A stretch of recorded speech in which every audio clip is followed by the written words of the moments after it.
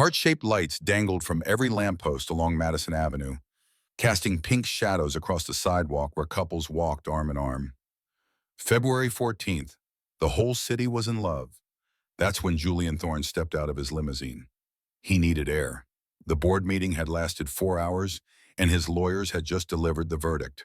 48 hours to prove Biovance was committing fraud or face a defamation lawsuit that could destroy everything he'd built. Julian loosened his tie and walked past a florist clothing shop, past a restaurant where a man was down on one knee, past the Biovance Plaza Tower that had dominated the financial news for weeks. That's when he heard her. A woman crying, not unusual in New York. People cried here all the time, but this woman was crying about numbers. Mom, I can't sign it. Julian slowed his pace. On a wooden bench, partially hidden by construction scaffolding, sat a woman in a pink coat. Too thin for February. She clutched a phone to her ear with one hand. The other hand gripped a baby stroller. The XF90 shipment doesn't exist. They've been running it through a Cayman subsidiary, off-balance sheet financing. If I sign, I'm an accessory to fraud. Julian stopped walking. Off-balance sheet financing. Cayman Islands. XF90. These weren't words you heard from strangers on park benches. I know Sophie needs her treatment. I know the insurance ends tomorrow, but they're asking me to certify that $200 million in fake inventory actually exists. Julian found himself moving toward her. They said if I don't sign by morning, they terminate me for cause. No severance. Sophie's treatments cost $40,000 a month without insurance. Her voice dropped to a whisper. I have $1,100 in my savings account, Mom. The woman looked up as Julian approached. Mascara had traced dark rivers down her cheeks. Her eyes were red but sharp. I'm sorry, she said, wiping her face. I'll move. You mentioned the Cayman structure. She froze. Biovance, Julian said, their SPE network. The color drained from her face. She pulled the stroller closer. Who are you? Did Richard send you? Richard Sterling, the CEO. Her fingers hovered over her phone screen. I'm calling the police. I'm not with Biovance. Julian held up his hands. My name is Julian Thorne. I run a hedge fund. We've been investigating them for months. The woman's eyes narrowed. Thorne Capital. You're the one who shorted their stock. You follow financial news. I'm their senior financial analyst. She paused. Where I was until 3 hours ago, when I refused to sign falsified inventory certifications. Julian felt the pieces clicking together. What's your name? She hesitated. The child in the stroller stirred, making a small sound that immediately drew her attention. Elena Vasquez. Elena. Julian studied her face. You said something about your daughter's treatment. Her jaw tightened. That's none of your business. You're right, it isn't. He pulled out his phone. But I'm going to make it my business anyway. How much do you need? Elena stared at him. I don't take money from strangers. Then think of me as an investor making a bet. On what? On you. She laughed, but it was a bitter sound. You don't even know what I know. Then tell me. Elena glanced at her daughter, 3 years old, sleeping peacefully, unaware that her mother's world was collapsing. Sophie has Batten disease, Elena said quietly. Rare genetic disorder. Without treatment, children usually don't live past their teens. Biovance's Nervex was supposed to change that. Her voice hardened. 6 months ago, I found anomalies in the trial data. Patients being transferred to hospice facilities before the study ended. She met Julian's eyes. Do you know what that means? Julian knew exactly what it meant. They were removing adverse events from the data set. Elena nodded. 15% of pediatric patients showed liver failure.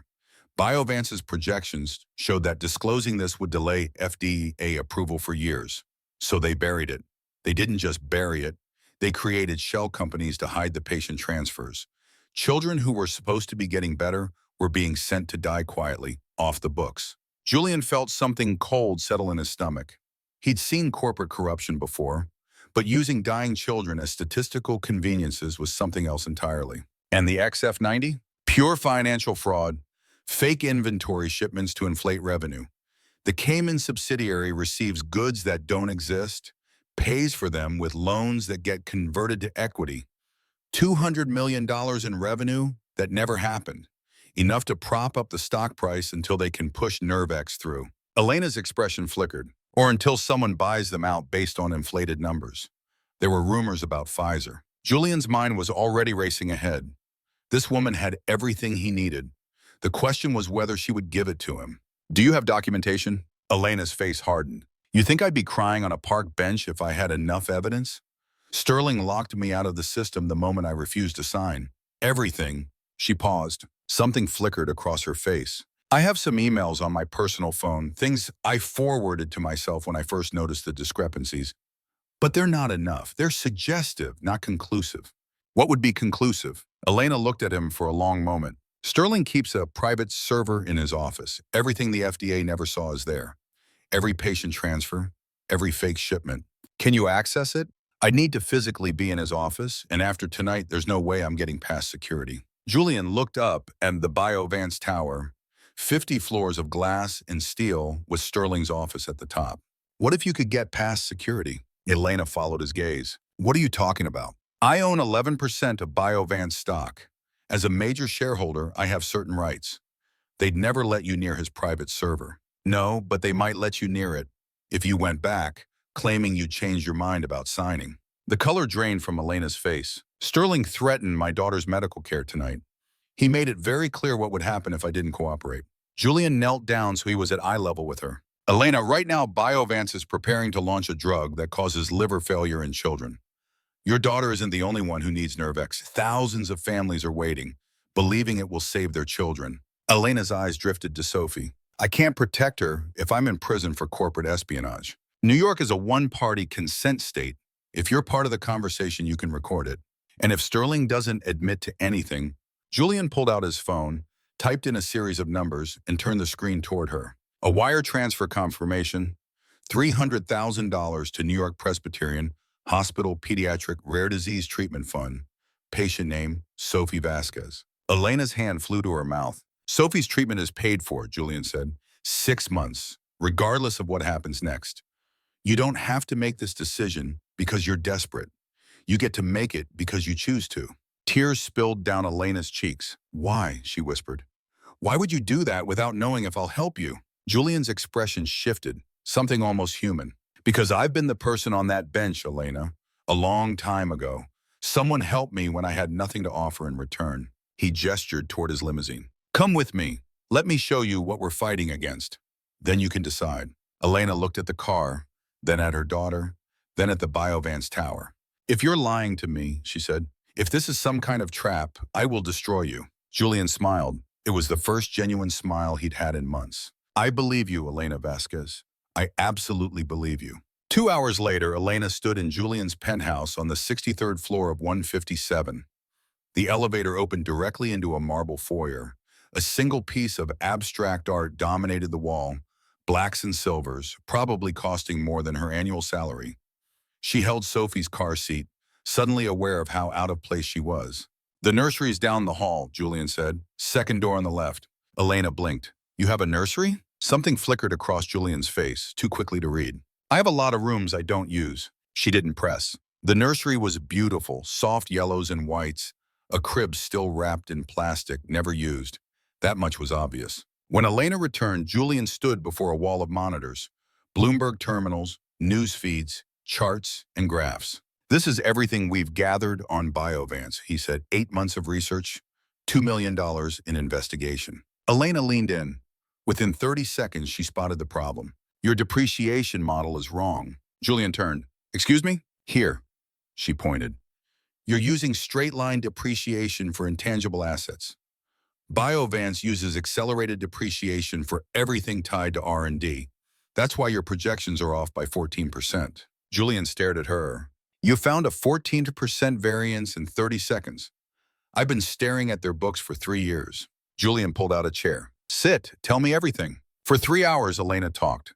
Julian listened. She drew diagrams showing how patient data flowed from trial centers to hospice facilities, how deaths were reclassified as voluntary withdrawals, how the revenue was laundered through intercompany loans. And she told him what Sterling had said tonight.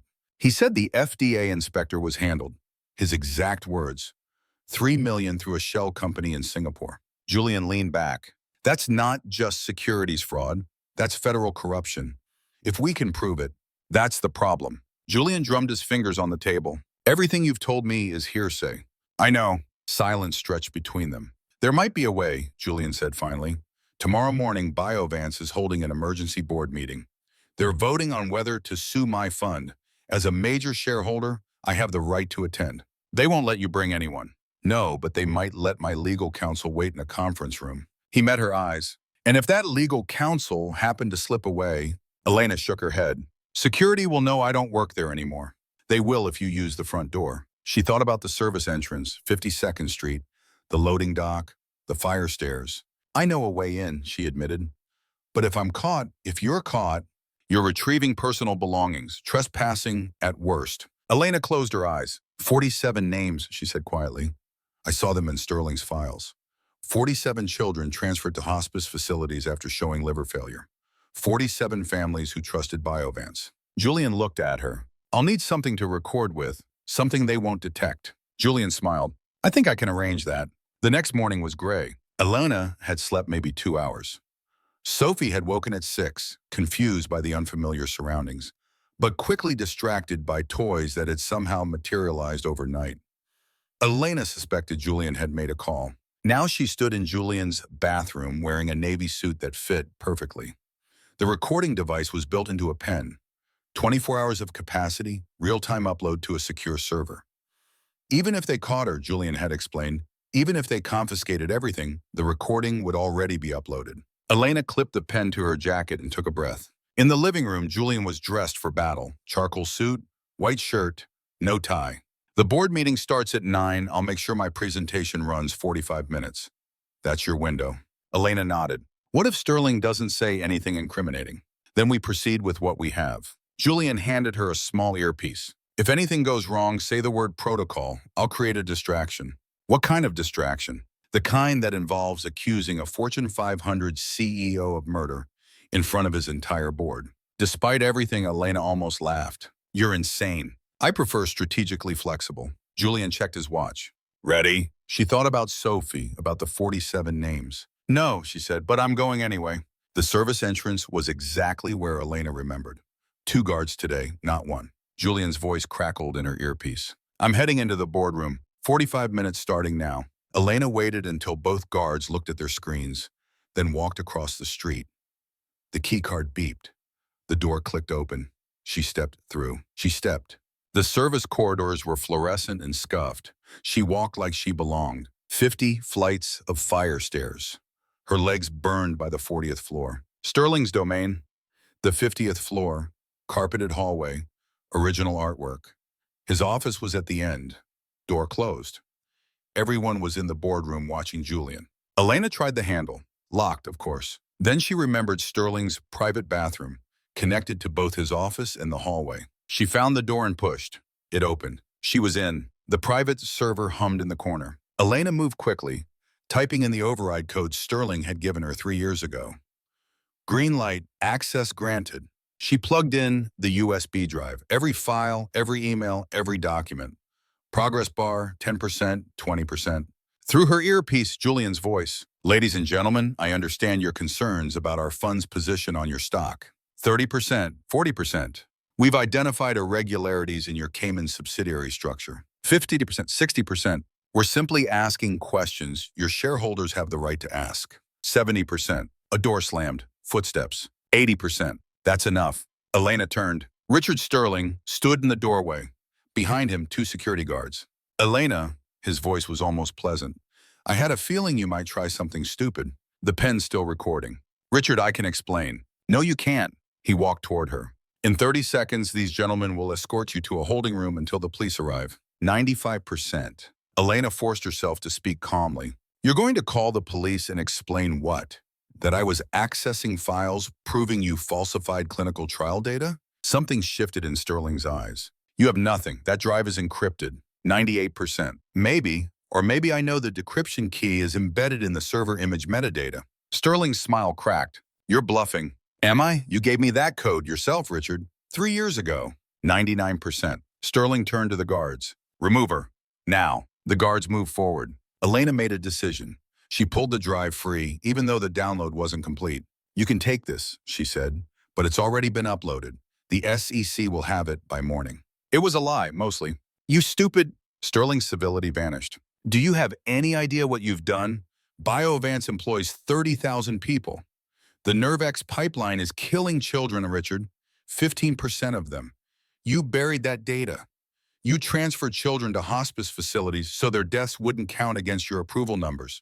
Those patients were terminal anyway. We gave them hope. You gave them liver failure. Sterling lunged and grabbed her wrist. His fingers dug in with painful force. Give me the drive. No. He twisted her arm. Elena gasped but held on. I said give it to me. And I said no. Sterling raised his free hand. Elena flinched. He grabbed for the drive. She twisted away. Her foot caught on the carpet.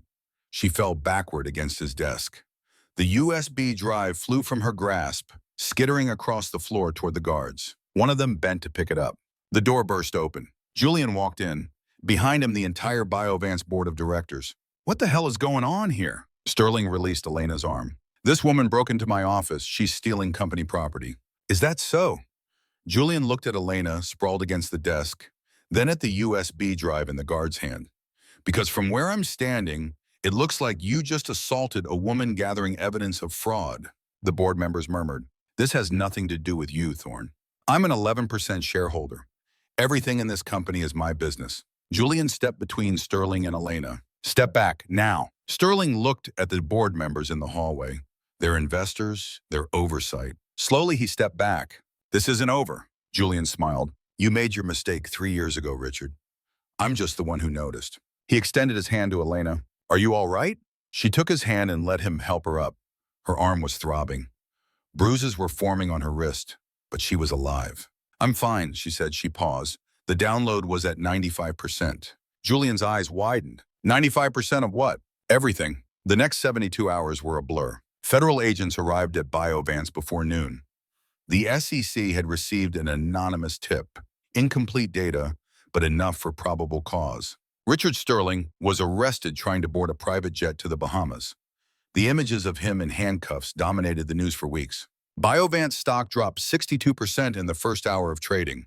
Julian's short position generated profits he seemed embarrassed to discuss, but none of that mattered to Elena as much as what happened on the second day. Her phone rang. New York Presbyterian Hospital. Miss Vasquez, this is Dr. Chen. I'm calling about Sophie. Elena's heart stopped. Is she okay? She's fine, more than fine. The excitement in his voice was unprofessional for a physician. Her latest scans show her condition is stabilizing. The disease markers are significantly reduced. Stabilizing? It's too early to call it remission, but whatever you're doing, keep doing it. After she hung up, Elena sat very still. Julian found her there, staring at nothing, tears streaming down her face. He sat down beside her on the couch. What's wrong? She told him what Dr. Chen had said. Julian listened. Then he did something surprising. He said nothing at all. He just sat there, his shoulder pressed against hers. Eventually, the tears stopped. I owe you an apology, Elena said. For what? For assuming you were just using me. You weren't entirely wrong. But that's not all it was it? Julian was quiet. No, it wasn't? Then what was it? He walked to the window. 10 years ago, I had a wife, Catherine. We were going to have a child. Elena understood. The nursery. Julian nodded. Catherine was diagnosed during her second trimester. Rare blood disorder. There was a treatment. The insurance company called it investigational, refused to cover it. His voice was steady, but Elena could see the tension in his shoulders. I wasn't wealthy then. I tried everything, borrowed from everyone. It didn't matter. Catherine died in childbirth. Our daughter lived 3 days. I'm sorry. After the funeral, I went to the insurance company, sat in the Sherma lobby for 6 hours, demanded to speak to someone who could explain why my wife and daughter had to die because of a policy provision on page 47. What did they say? Nothing. The guy they called security. A bitter smile. That's when I decided what I was going to do with my life. Elena understood now. The short selling, the investigations, the relentless pursuit of fraud. It wasn't just business, it was war. Is that why you helped me? Partly, but also because you were brave enough to do what I couldn't. What do you mean? When Catherine was dying, I could have gathered evidence, blown the whistle, saved other families, but I was too broken.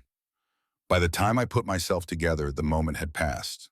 He looked at her. You didn't let your grief break you, Elena. You were on that bench, terrified, and when I offered you a way to fight, you took it. I didn't feel brave, I felt desperate. That's the same thing sometimes. 6 months later, Elena stood on the terrace of the Metropolitan Museum of Art. The annual Children's Health Charity Gala was in full swing behind her. New York's elite and designer finery. So much had changed. The whistleblower settlement had come through. $47 million. Elena donated half to pediatric research. The rest established the Sophie Foundation. Sophie was thriving. Dr. Chen was cautiously optimistic about her long-term prognosis. She was in school, making friends, living a normal life. The Thorne Vasquez Fund had launched 3 investigations in 6 months, 2 settlements, a third ongoing. There you are. Julian approached with 2 glasses of champagne. Hiding from my own party, Elena admitted. Shows excellent judgment. He handed her a glass. The keynote speaker is telling a very long story about golf. Elena laughed and took a sip. Have I thanked you lately? For what? Everything. For stopping that night. For listening to a stranger cry about spreadsheets. Julian leaned against the railing. You weren't a stranger. You were the woman who was going to change my life. I just didn't know it yet. Such confidence. It's called intuition. Also, your depreciation analysis was genuinely impressive. They watched the city lights. Julian? Yes? I have a proposal. He raised an eyebrow. On a museum terrace, how romantic. Elena rolled her eyes. Business proposal. The Sophie Foundation needs someone for the board, not as an investor, as a partner.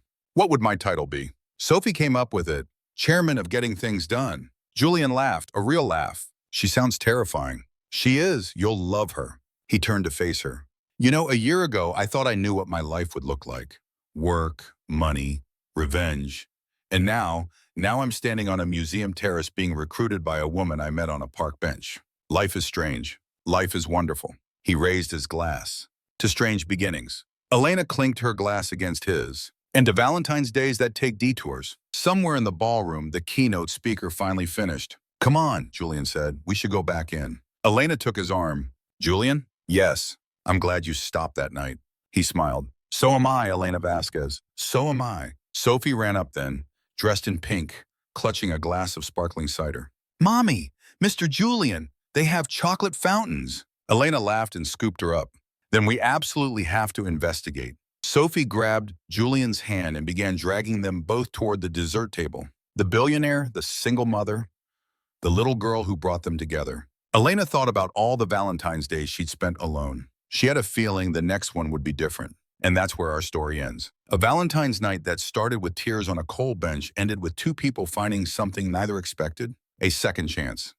In the hush of a Valentine's night that began with tears on a cold bench and ended under the soft glow of museum lights, Julian and Elena's story reminds us that the most profound love stories don't always arrive wrapped in roses. They sometimes arrive disguised as strangers in need, as broken whistleblowers, as desperate mothers clutching strollers while the world demands they stay silent. Julian had spent years chasing numbers, shorting stocks, building walls of wealth to protect a heart that had learned too early how fragile hope could be. Elena had spent years carrying the weight of a dying child in a system that profited from silence, believing no one would ever stop long enough to truly see her pain. Yet on the night the city celebrated love, 2 wounded souls crossed paths and chose to stop. Julian didn't offer pity, he offered partnership. Elena didn't offer evidence for reward, she offered courage for justice. Together they turned grief into action, loss into legacy, and a single act of listening into a lifetime of healing. Because sometimes the greatest romance isn't found in grand gestures or perfect timing. It's found when someone sees your broken places and says, I'm staying, let me fight beside you. And in that quiet, stubborn choice to stay, they discovered that love isn't something you chase, it's something you build, brick by brick, truth by truth, until the walls you once hid behind become the home you always needed. What moment in Julian and Elena's journey broke your heart open the widest? Have you ever been the person who stopped for someone crying in the dark? Or been the one who was seen when you thought no one would? Share your own story of unexpected kindness, second chances, or love that arrived exactly when it was needed most in the comments below. I read every word, and they always leave me breathless with hope. And if tales like this, of courage, redemption, and love that chooses to fight for what's right, stir something deep inside you, hit that subscribe button, turn on notifications, and come back for more stories that remind us, even on the coldest nights, one moment of real connection can change everything forever.